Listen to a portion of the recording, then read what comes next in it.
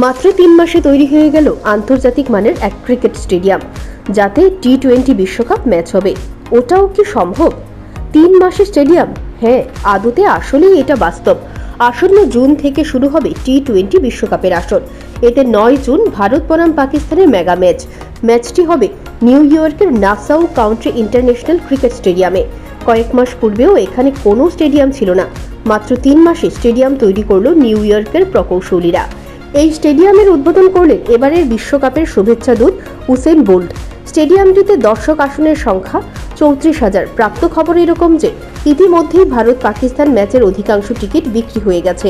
মাঠের পিচ আনা হয়েছে ফ্লোরিডা থেকে, যাকে বলা হচ্ছে ড্রপ ইন পিচ। এই স্টেডিয়ামটি ক্রিকেটের প্রথম মডুলার স্টেডিয়াম। ভারত পাকিস্তানের ম্যাচ সহ বিশ্বকাপের আরও 7টি ম্যাচ হবে এই স্টেডিয়ামে। Bureau report, news prime Tripura.